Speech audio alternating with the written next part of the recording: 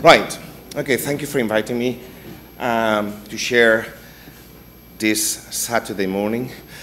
I'm going to talk about feedback because I think it's one of the most difficult things when planning and when teaching and developing speaking activities in class. So I titled this talk, which is going to be interactive. I'm just warning you. The 5 W's of giving feedback to speaking activities. Hope we, in these 20 minutes, will manage to answer these 5 questions. And I'm going to talk about, in a different way, and the most difficult task for me, or speaking tasks, are the ones that involve interaction, and synchronous interaction, not asynchronous interaction. So this is what I'm going to try to focus on, just on that way of giving feedback for those tasks. And we are going to go through the 5 W questions. And obviously, we are going to start with the most common, typical, and well, easy to answer. That is the why. So why? Why to give feedback? Come on, I need an answer. This is the starting of the interaction. Why? To help his students improve, of course. Bingo! Right, to help students to improve. It was not prepared. The language and communication skills. For me, the 2 things, not only the linguistic part, but as well the communication. The communication strategies involved. Right, let's go to the next question. That's going to be, no, easy. Who? That's a little bit more difficult and not, well, there are 2 agents, so the most typical one, the person who gives feedback is usually the teacher. My point here is to start making, this, or turning this round a little bit. Because the student or students should be as well part of this process of giving feedback. And that's the most, probably the most difficult thing to do with our students. And this is what we will, I'll try to give you a little bit some pointers. One is to help them to self-assess. And that's very difficult for teenagers, adults, and because if you are performing, you are worried about your performance, but not, worried about what you're going to say, but not worried about what you are saying at the same time you are saying it. So that's all the cognitive difficulty involved in that task. And the other option is the peers feedback. So other students can give you feedback. But again, we have to learn or to help them learn how to do this. And this is one as well of the most difficult parts. So we are going to try to do a little task and to see how can we do this and think about it. So one of the, for me, a small, easy task is to do trios or groups of 3. And this is what we are going to do. Basically, what I do sometimes with my students is that 2 interact and 1 observes. And 1 observes and then is the one that can give feedback. So we are going to try it, okay? We are going to try with the questions of the talk. And this is what we are going to do. So could you please make groups of 3, please? Right, just groups of 3.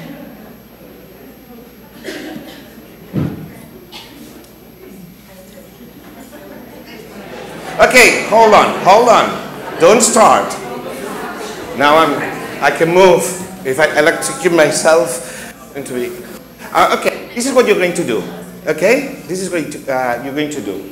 A and B talk about what and when to give feedback. You have lots of experience. I'm not going to tell you everything about feedback because you know a lot of things. So this is what you're going to do. A and B are going to talk about what and when to give feedback. What to give feedback about or when to give feedback.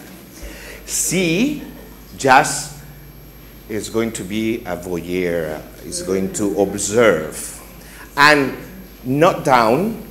Usually I say, well, here are two things. I think you will be able to do it. But two things. One, on the content, the topics they talk about, what they say about what and when, okay? And the other is observe communication strategies, okay? Hesitations, repairs, reformulations, etc. If something else appears, okay? So this is what you have to do. I'll give you 5 minutes and then we'll talk about what happened. Okay? Come on. Start.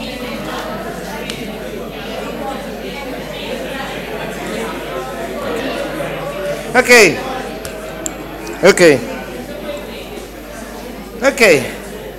Right. Okay. We're gonna spend here 20 minutes doing the thing, but we are not going to because we don't have the time. Right. What happened here? And now I want to talk to the C's, okay? Yes, C. So it's your turn. Yeah, it's your turn. What happened?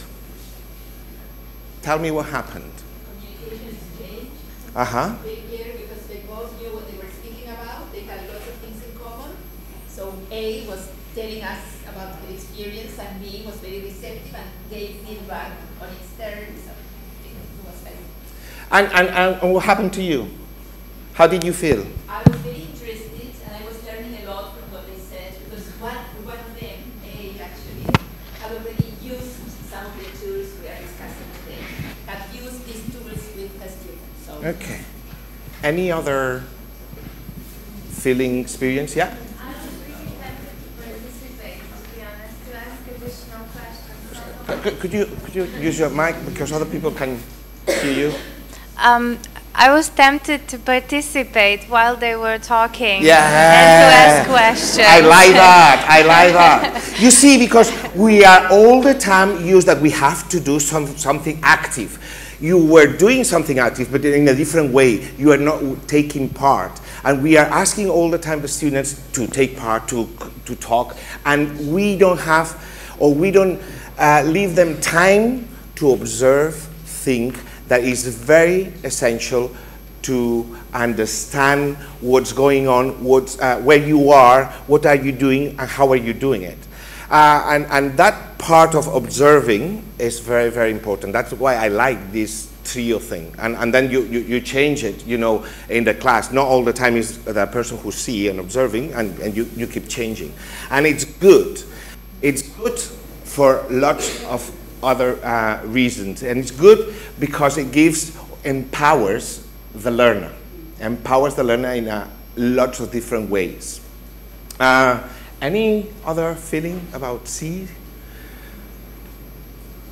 Right, so this is what happens. It empowers the learner in a way because you are there in a position to observe, and then you are learning the way for not only to give feedback, in order to learn how to self-assess yourself. So you are practicing in a way strategies to self-assess yourself while you are observing other people to give feedback, pay attention to errors or anything. It gives you, I think it empowers the learner in that sense, and not only speaking.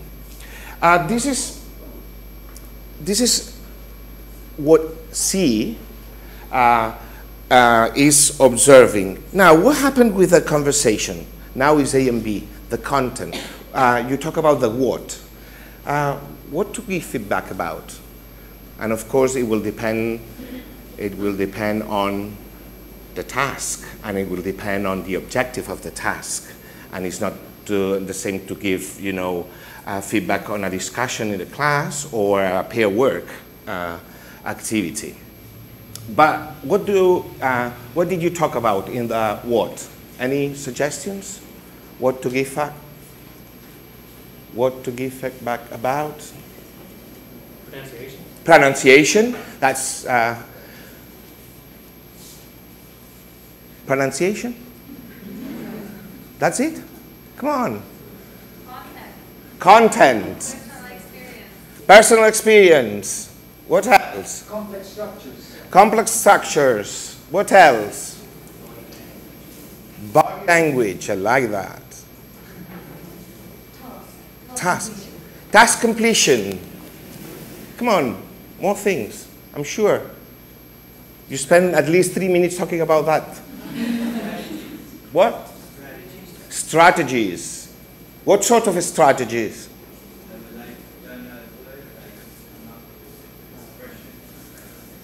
Yeah. And as well, all these communication strategies we were talking about, you know, the sense of hesitating, not hesitating, repairing, reformulation, all these things. Because in that activity of the trio, you can just hone in one aspect, and you can tell the students, just observe this strategy, or just observe grammar problems, or, you know, so you can make it or expand it or make it more detailed as you want for your task. And of course, the word, we have some problems here. We have a problem of, you know, the balance between accuracy and fluency. Do we want, you know, to improve fluency? So feedback is going to be different. And learners should know that as well, okay? And if we go for accuracy as well, is one of the thing that we most of the time are worried about, you know, errors, about errors in grammar, or basically usually it's linguistic type of errors. And one of the important things of that word is to help students and for us as teachers to give both positive feedbacks, strengths, you know, what they do well, and errors, what should be improved. But not only, as I said, not only with grammar or vocabulary, but with communication. We can do that with using rubrics. Rubrics of this type. I'm sure you are familiar with that. And this is easy for us to use, you know, some rubrics for us teachers and students. Students can use them as well. You can negotiate this sort of, you can develop rubrics with them. And you can then see that there are not only grammar, vocabulary, pronunciation, pragmatics or cultural appropriateness, all these points, but also communication strategies. That activity help you not only focusing on the language, but on what's going on and why you are nervous and scared interacting, because, you know, I'll be doing all this sort of task in another language. Right. When? What did you say? A's and B's. When?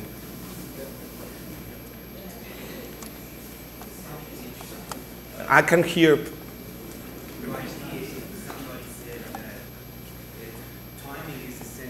Timing is essential. Sequencing is essential. Yeah. Because if you give too much feedback at the beginning, it might be intimidating for the student. Here you use too much feedback. There are two things here at the beginning. So it's not only the when, but it's the too much. Okay, and this is quantity. Okay, we have to balance the type of feedback. You cannot give feedback to everything that the other person or the students have said. Right. So when?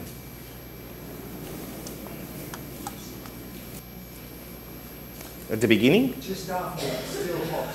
Still hot, yeah, afterwards, still hot. Yeah, for speaking is very important. Because as Ursula said, you know, did I say that? Did I really say that? You know, our perception when we're doing, when we are talking is different from what, you know, what we said or what we did. So that's one of the key issues. We need that feedback, some sort of immediate. Is always the case? Is it always the case? Depends what you're focusing on. Yeah, usually, you know, depend on the task, depend on the objective that you're getting. You see, there's one point of giving feedback, and then this is one of the most difficult parts, is that while doing the activity, I was monitoring. Yeah, thank you. Yeah, I said it was an interactive talk. Monitoring, right. The question of monitoring is the same as what happened with C, that you wanted to intervene, you wanted to talk, and you have to, you know yourself, that you have to step back and, you know, observe. Here is the same. As teacher, we have to step back and observe. But look, I put it in a question mark. Intervene. Sometimes when you go around and you monitor in the class, you go and you have to intervene sometimes, because maybe what they are talking about is going off the track, or is not going to the right objective that you wanted, or something is going on there, so you can intervene. But again, we have to be careful not to intervene too much, and that's one of the balance. Would you correct somebody while doing the activity, while talking? And I said correct. Will you correct somebody? Will you correct if they are doing a pair work, or no? Yes. Why not? I say, you know, we don't have to be, we don't have to intervene while doing the activity because you can, you know, demotivate the student. You don't need to do that. You know, sometimes you can intervene, and you can intervene nicely. Okay, you don't have to say, no, you were wrong. You have to say, you can reformulate. That's the typical thing that, you know, the motherese, what mothers do. You know, they repeat, and they repeat it correctly. Okay, that reformulation is quite common. So we can do these sort of things. Why not do if necessary? And again, don't do it every 2 minutes. Okay, do it once, or you then intervene in terms of content, and then you say, and then you reformulate the sentence. So this is all the magic of giving feedback while doing the activity. And of course, the other is at the end of the task. At the end, just at the end. And of course, if we are not recording, because that's another option, now everybody's got mobile phones, and they can record the interaction. And this is one of the things, as again, in class, okay? You have 40 people, they can record themselves on the mobile and send it the recording back, and then you can give feedback. You know, it's this sort of things. Usually the case is that what you do is you monitor, you jot down your comments that you want to make, and then you do a plenary at the end. This is the most typical thing. But now we can use all this technology. And technology, such as the speak-ups, and it seems an advertising, you know, we all end up with the speak-ups because we were invited with the speak-ups. But you know, but that's not the point. The point is that, you know, it's a good tool. We were using in a tandem MOOC that just finished this, and combining 2 tools, the tandem tool and the video chat. And the good thing is that you can have the interaction there, and one with a rubric, they can self-assess, and the peers assess all this interaction. Or you as a teacher, as well with a rubric, you can then give feedback. And of course, if you join these with where, that's the last question, where to give feedback, is probably a combination of having these recordings, having this feedback. The feedback can be done in a written form, or, as we are doing speaking, can be done orally, as Ursula was doing with her students. So we can have this, and of course we'll give, you know, if you are doing a distance learning course, you will do it in the virtual learning environment. If you're doing it in the class, you'll give the feedback in the class. But you can record all these, or the students can record all these in a portfolio or in an electronic portfolio, in the form of a